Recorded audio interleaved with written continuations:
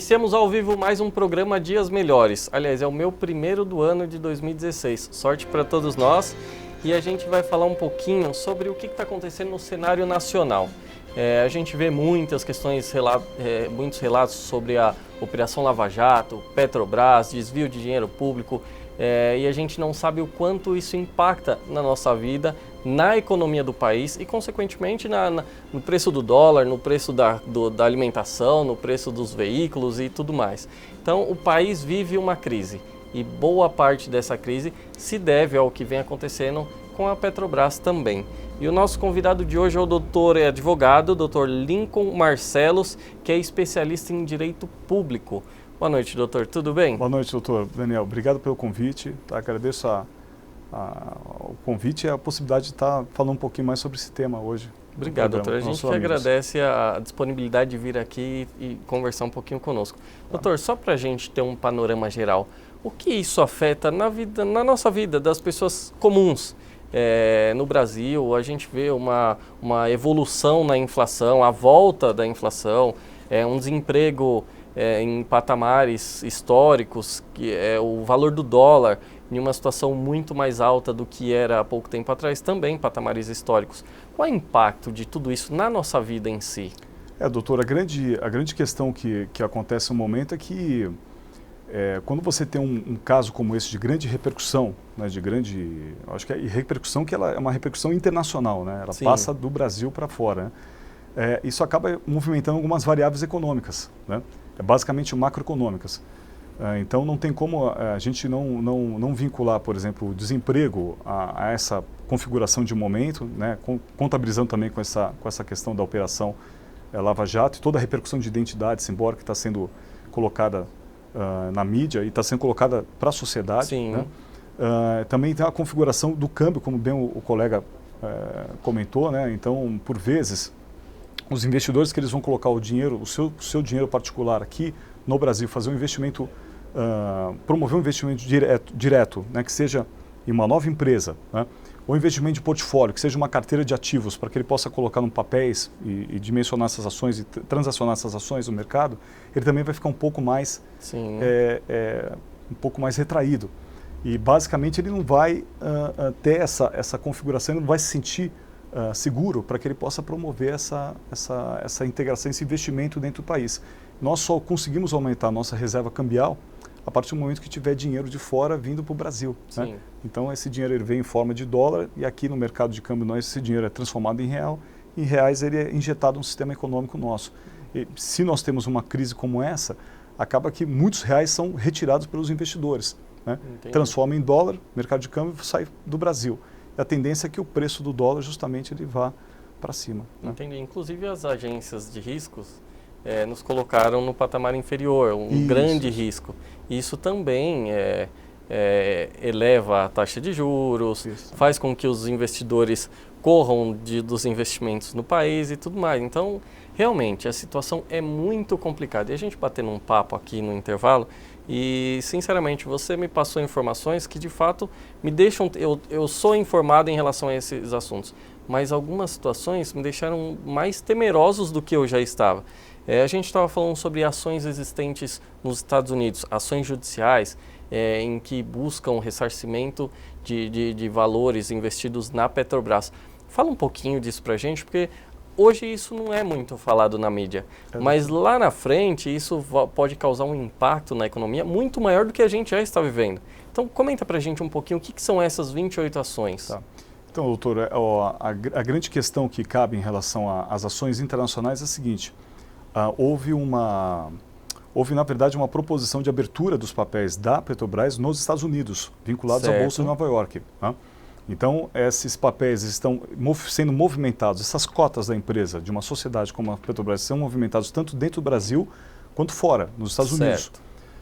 Essa movimentação dos papéis nos Estados Unidos, os papéis foram colocados à disposição da sociedade norte-americana. São investimentos, são pessoas que investiram na Petrobras. São pessoas e tal qual a gente acaba identificando, são fundos de investimentos. Certo. Né? Então, às vezes, pelo volume de aquisições de papéis, identifica-se que sejam fundos de investimentos. Então, você vai falar, poxa, Lincoln, mas talvez, por que a gente identifica quanto fundo? Pode ser um fundo um grupo de investidores vinculados a um banco de crédito, pode ser um grupo de investidores vinculados a uma previdência social norte-americana. Muitas previdências sociais norte-americanas, elas acabam investindo no mercado de ações para que elas possam potencializar potencializar o preço dos papéis, né, potencializar o lucro, a lucratividade delas, né, e depois devolver para os aposentados, né, que estão vinculados àquela previdência. Então, são todas empresas que elas acabam investindo nos papéis. O que acontece?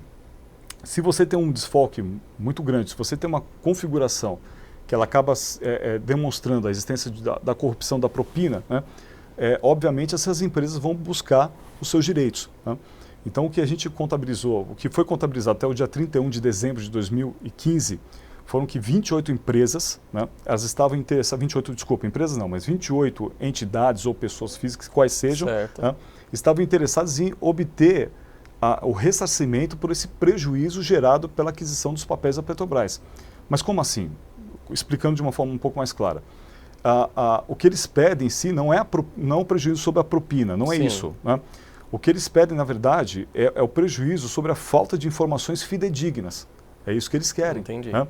O que eles queriam à época. Porque o que acontece? A Petrobras, a partir do momento que ela sabe que existe um descompasso entre o valor de aquisição desses papéis, o valor de aquisição desses papéis, o valor de aquisição, por exemplo, de uma refinaria, perdão, o valor de aquisição de uma refinaria, né? E o valor de mercado especificamente desse ativo, ela tem que contemplar isso no balanço patrimonial, né?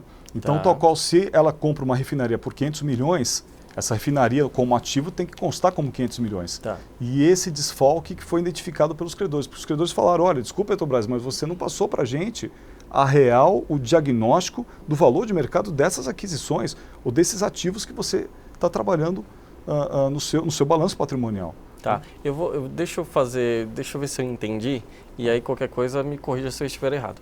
Então assim, lá atrás, há um tempo atrás, um investidor comprou as ações da Petrobras, ele pagou $15 cada ação. Isso. Só que esse valor da ação, ele era com base em um balanço mascarado, digamos assim. Existiam situações que não eram contabilizadas. E aí ele pagou $15 em cada ação, isso pode totalizar 1 milhão, 1 bilhão, a gente não sabe, cada caso é um caso. Ele pagou 15 naquele momento. Só que se a realidade financeira fosse exposta de uma maneira clara e verdadeira, essas ações não valeriam 15, valeriam 10. Correto. É isso? Correto, doutor. E aí ele quer justamente essa diferença. Olha, eu deveria ter pago 10 e não 15. Isso, se eu tivesse mesmo, a realidade. Correto. Existe o que os investidores acabam demonstrando nessas ações, né? E tal qual, e o juiz norte-americano ele vai justamente propor o processamento, né? E de forma que esse contencioso seja desenvolvido de forma conjunta, para ele chegar a uma decisão conjunta também. Ele precisa até promover um concurso, de credores, né? Para que ele possa chegar até para que ele possa dispor na sua sentença de como esse dinheiro vai ser ressarcido a esses credores. Mas o que acontece? Existe a identificação básica de índices. Um dos índices mais conhecidos particularmente é o índice de Dow, que é aquele que demonstra a trajetória de uma ação em relação ao tempo, uma série cronológica, uma série temporal de mercado, né?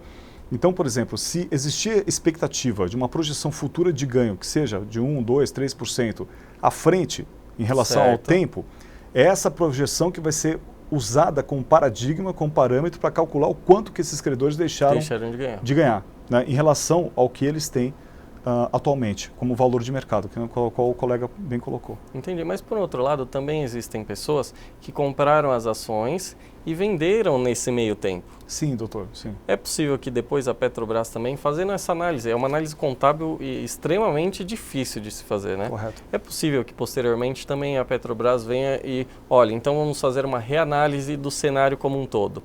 Então você que comprou por 15 e vendeu por 20, na verdade, eu estou indenizando os outros, eu também quero, de uma certa forma, valorar de maneira real as suas ações. É possível também? É possível, doutor. E aí coube, em momento, a intervenção de outras pessoas via ação civil pública. Ação civil pública também ingressada, vinculada a esse mesmo juiz que vai julgar as causas individuais. Entendi. Né? Doutor, a questão é tão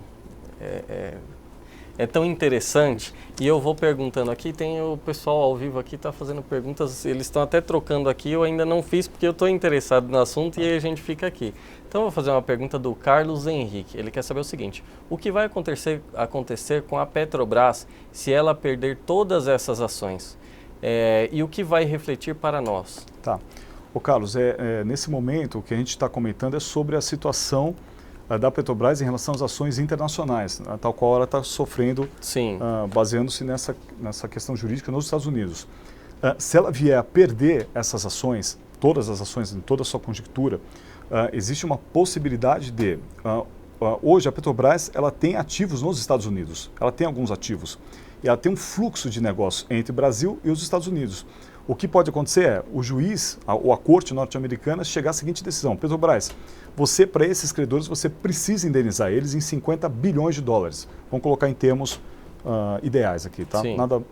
Depois isso vai ter que ser liquidado. Mas vamos supor que ele calcule lá 50 bilhões é o prejuízo que gerou esses credores. A Petrobras, de alguma forma, vai ter que pagar por esses valores. E aí você vai falar: Lincoln, se ela não tiver ativos suficientes no Brasil para pagar por esses valores, todo e qualquer fluxo internacional de emissão de divisas que a Petrobras fizer para os Estados Unidos, para qualquer tipo de negócio individual ou internacional que ela fizer, vai ser devidamente bloqueado, tá?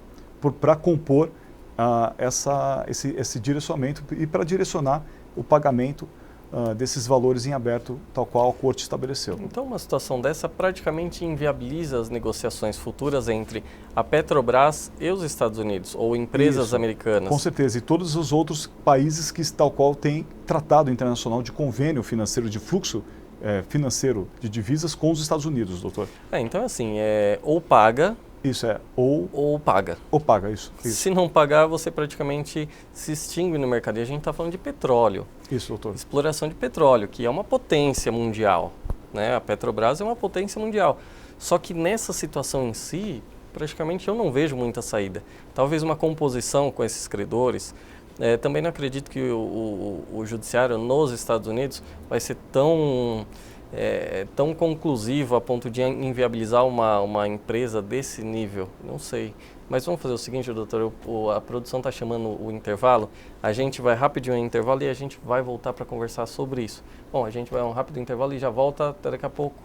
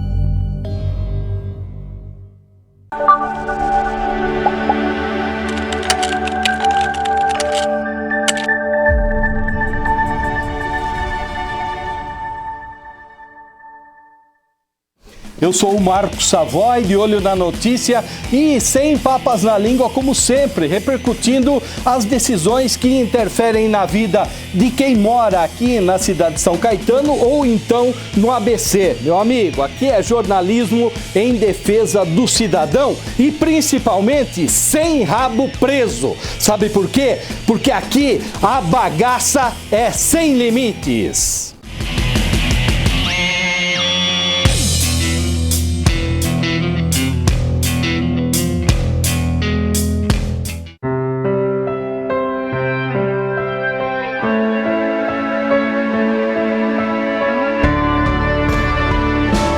Tem gente que dá um pouquinho do seu tempo para ajudar quem nem conhece. Os mesários voluntários também fazem isso por milhões de brasileiros. E se você tem mais de 18 anos, também pode ser um deles. É só se cadastrar no seu cartório eleitoral ou acessar o TRE do seu estado em justiçaeleitoral.jus.br. Para um bom cafezinho, tem hora. Para um bom papo, também. Acompanhado do que é destaque na política e na economia, em São Caetano e no ABC. Venha tomar um café com fatos com a gente e com nossos convidados.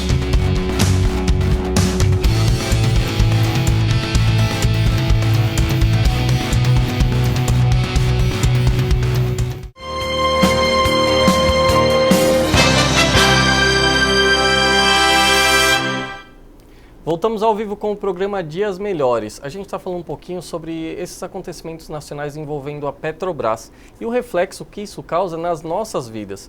A gente vê o aumento no combustível, uma inflação desenfreada, o aumento do dólar.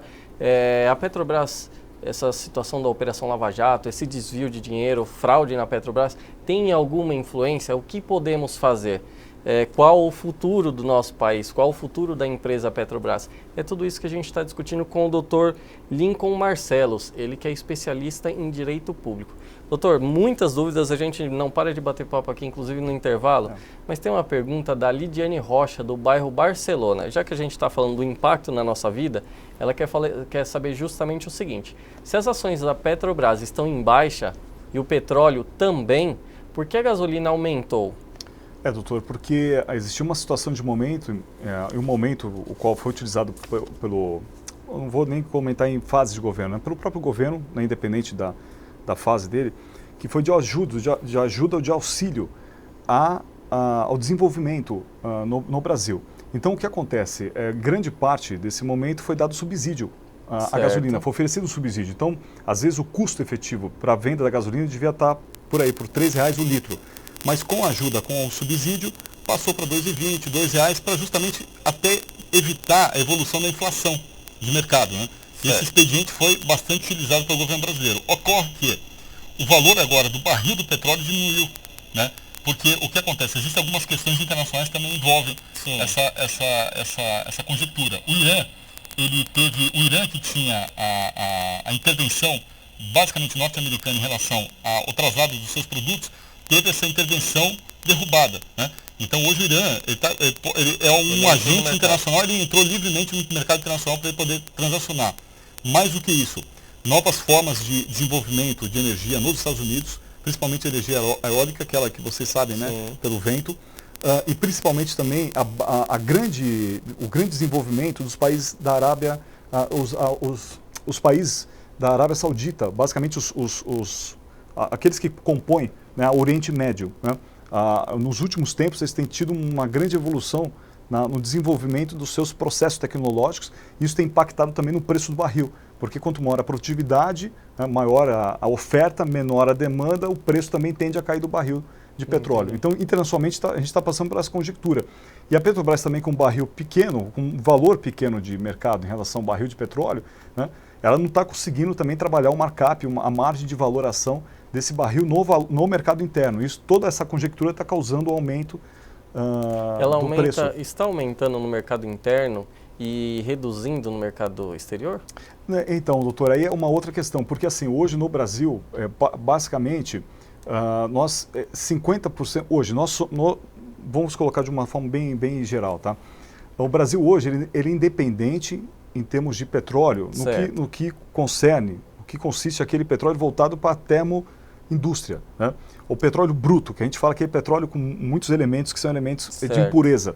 Esse petróleo nós somos hoje suficientes. O Brasil tem petróleo para que o Brasil possa tocar as suas termoindústrias. Isso, a demanda das termoelétricas também para geração de energia eterna. Mas o que acontece? Por outro lado, aquele petróleo que a gente utiliza refinado para gasolina, o petróleo de gasolina, de diesel, né? Esse petróleo nós não somos suficientes, né? O Brasil hoje, 50% de todo esse petróleo para mais, o Brasil importa do resto do mundo, né? Ele importa, ele não tem petróleo que você dê ponto de refino para gasolina. Então, grande parte desse petróleo... Então, o que acontece? Dependendo da oscilação do preço do barril, nós também sofremos impacto direto, porque o Brasil não é suficiente, né? Não nesse petróleo para esse tipo de refino. Entendi. Tem mais uma pergunta aqui, é do Marcos Guaco, do centro de São Caetano. Ele quer saber o seguinte: será que a gasolina, acho que deu uma apagadinha aqui, será que a gasolina pode aumentar ainda mais por causa dessa crise na Petrobras? Marco, o que acontece? Hoje a Petrobras é a única empresa, basicamente, que ela detém um monopólio para que ela possa distribuir esse petróleo dentro do Brasil, inclusive o importado, inclusive os barris importados e aqueles que são explorados aqui dentro. Aí você pergunta, poxa, Nico, mas eu vi outras empresas também que, a bomba de gasolina que a gente vê nos postos, né, tem outras marcas.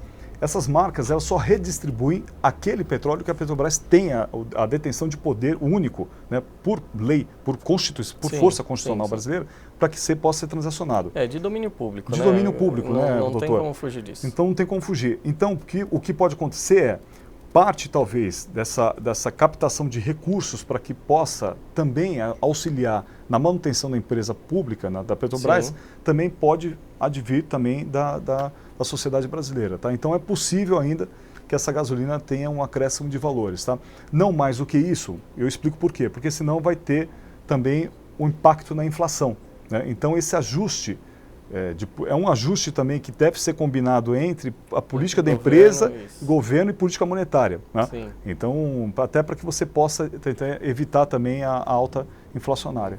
Exatamente. Que é um receio hoje do governo. Que é um receio, doutor? É um receio político, porque está impactando na vida de todos nós e esse impacto está refletindo politicamente em desfavor do governo. Isso, correto.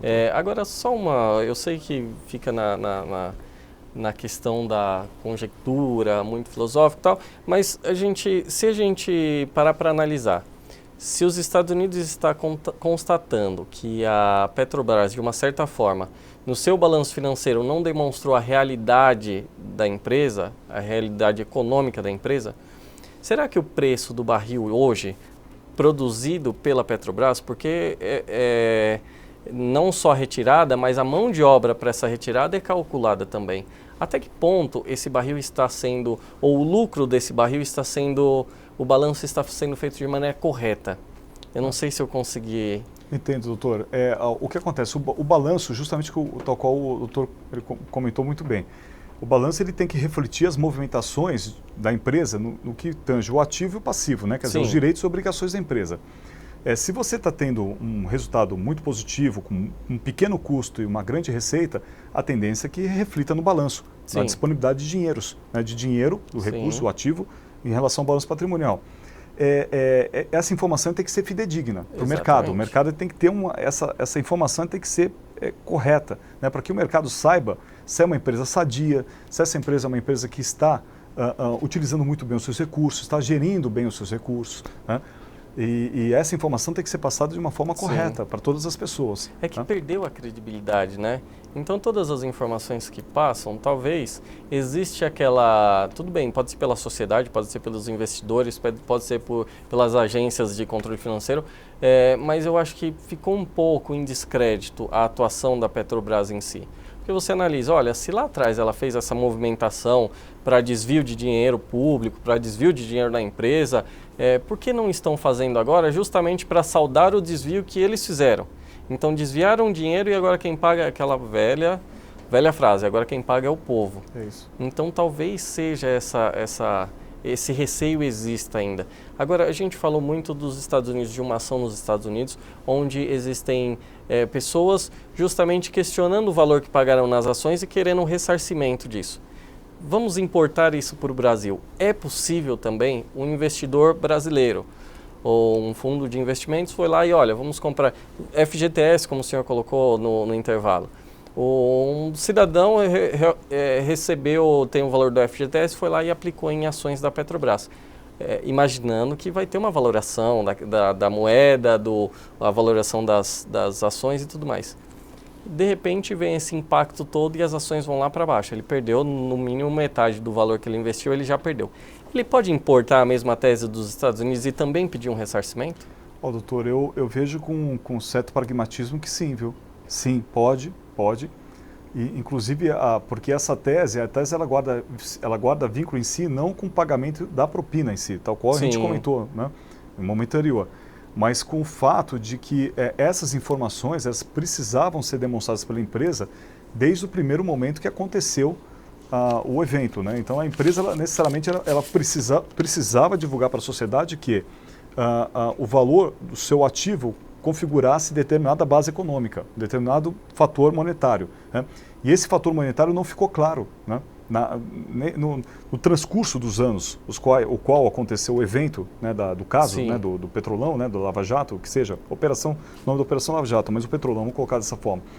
Esses valores deveriam ser colocados de forma fidedigna no balanço patrimonial. Sim. Então, mesmo que você você adquirisse, por exemplo, uma refinaria com valor menor, mas em termos de mercado tivesse um valor menor, deveria ter sido contabilizado, né?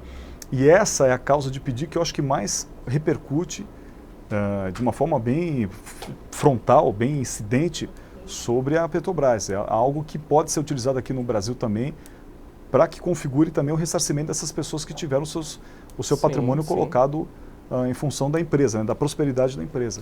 Né? Isso de certa forma a gente pensa no investidor. Isso. E aí analisando do lado da empresa, também é complicado para o país. Então o investidor sofreu um prejuízo. Correto. A empresa sofreu um prejuízo e essas pessoas desviaram dinheiro público. Correto. Dinheiro de uma empresa e estão impactando de maneira muito forte no país. Isso. A gente ouve muito dizer na imprensa que alguns valores estão sendo ressarcidos. Valores de desvio, olha, fez uma delação premiada, como parte da delação premiada para adquirir o benefício de uma forma mais ampla, eu também devolvo valores. Até que ponto isso pode ajudar financeiramente a empresa? Até que ponto a gente vai conseguir o ressarcimento de um valor significante que ajude a empresa a sair disso sem que a gente pague o preço? O que o senhor vê? Doutor, eu acho que de qualquer forma nós já pagamos esse preço, já. E eu vejo o pagamento de 3 formas distintas, né? Se o colega me permite, o primeiro é a propina que ela foi justamente dada. Sim. E que a empresa teve que pagar por ela. Esse valor é calculado, a gente sabe muito bem, tal qual o colega falou, a gente sabe qual é esse valor. Sim. A segunda questão é o valor que pessoas que investiram nessa empresa deixaram de ganhar, aí é o lucro cessante. Sim. É o lucro cessante, né, que também vai ter que ser calculado e dimensionado para que haja o ressarcimento.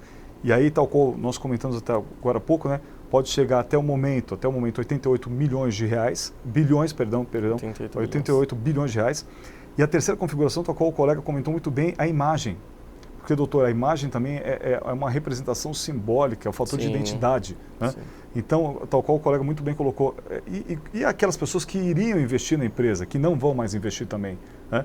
Quer dizer, e como é que fica agora a recomposição da imagem? Por isso que talvez a nossa programação, talvez a minha visão, eu vejo que talvez essa crise ou esse período de estagnação brasileira não vai acabar agora em 2017, em 2016 e nem para 2017. Talvez uma melhora nós vamos identificar em 2018 para 2019, uma projeção. Por quê? Porque não é só questão financeira, é questão de identidade, representação simbólica, é imagem. Né? Sim. E é essa a questão principal que está envolvida. Né? Doutor, infelizmente o nosso tempo chegou ao fim e o senhor tem uns segundinhos aí se quiser se despedir do nosso público. Legal, doutor. Eu agradeço a todos os colegas, né, eu agradeço pelo convite do doutor Daniel. Obrigado, doutor. Foi muito interessante esse bate-papo. E gostaria de agradecer a todos os colegas de São Caetano pela audiência, o programa muito conhecido.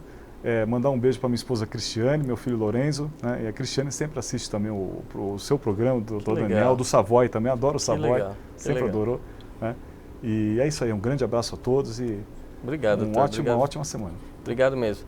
Bom, acho que a gente conseguiu esclarecer algumas dúvidas do que vem acontecendo no nosso país, para que todos saibam que nós estamos pagando o preço dos erros dos outros.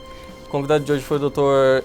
Lincoln Marcelos, advogado especialista em Direito Público. Até mais, um abraço, até a próxima segunda.